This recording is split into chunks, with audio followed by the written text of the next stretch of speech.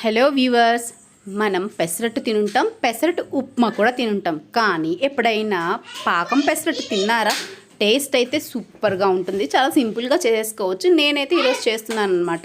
So తెలియని వాళ్ళు ఉంటే చూస్తారని చెప్పి వీడియో అయితే చేస్తున్నాను.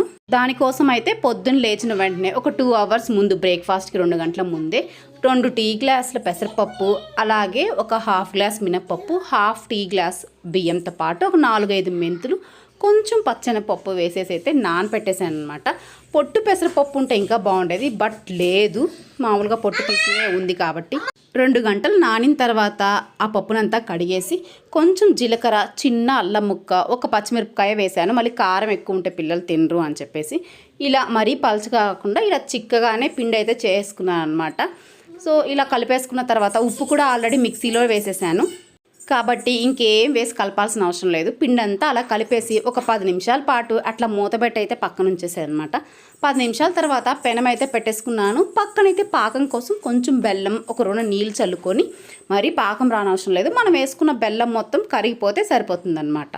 చూసారు కదా, బెల్లం అంతా అయితే కరుగుతుంది. అలాగే ఇటువైపు అయితే నేను పెసరట్లు అయితే వేసేస్తున్నాను. చాలా డిఫరెంట్గా ఉంటుంది, టేస్ట్ కూడా బాగానే ఉంటుంది. మరీ ఎక్కువ తినలేకపోయినా ఒక 2 అట్లా తినొచ్చు అనమాట. పిల్లలు కూడా కొంచెం ఇష్టంగానే తింటారు. ఎప్పుడు రొటీన్గా కాకుండా కొంచెం డిఫరెంట్గా చేస్తే వాళ్ళు కూడా ఇంట్రెస్ట్ ఉంటుంది కదా తినడానికి అని చేస్తున్నాను అనమాట. తప్పకుండా ఎవరైనా చేయాలనుకుంటే ట్రై చేయండి, బాగానే ఉంటుంది. సో బెల్లం అయితే కరిగిపోయింది, ఆపేసాను. ఇప్పుడు పెసరట్టు మీద కొంచెం పాకం చల్లేసుకొని దీనిపైన మళ్ళీ ఇంకొక పెసరట్టు వేసేసుకొని మన దగ్గర ఉన్న పాకం మొత్తం పోసేసుకొని ఒక 10 నిమిషాల పాటు మూత పెట్టి అలా పక్కన వదిలేస్తే 10 నిమిషాల తర్వాత తీసారంటే అబ్బా, జ్యూసీగా, మెత్తగా, తీయగా అసలు ఎంత బాగుంటుందంటే హ్యాపీగా తినేయచ్చు అనమాట. వీలుంటే తప్పకుండా ట్రై చేయండి. అలాగే ఎలా ఉంది అనే విషయం కూడా కామెంట్ సెక్షన్లో అయితే కామెంట్ చేసేసేయండి. సో ఇది ఫ్రెండ్స్, పాకం పెసరట్టు. ఎప్పుడు రొటీన్గా ఉప్మా పెసరట్టు, గుడ్డు పెసరట్టు ఇలా కాకుండా కొంచెం డిఫరెంట్గా అయితే చేసాయన్నమాట. నాకైతే నచ్చింది, బట్ మీకు ఎలా అనిపించిందో కామెంట్ సెక్షన్లో అయితే కామెంట్ చేసేయండి.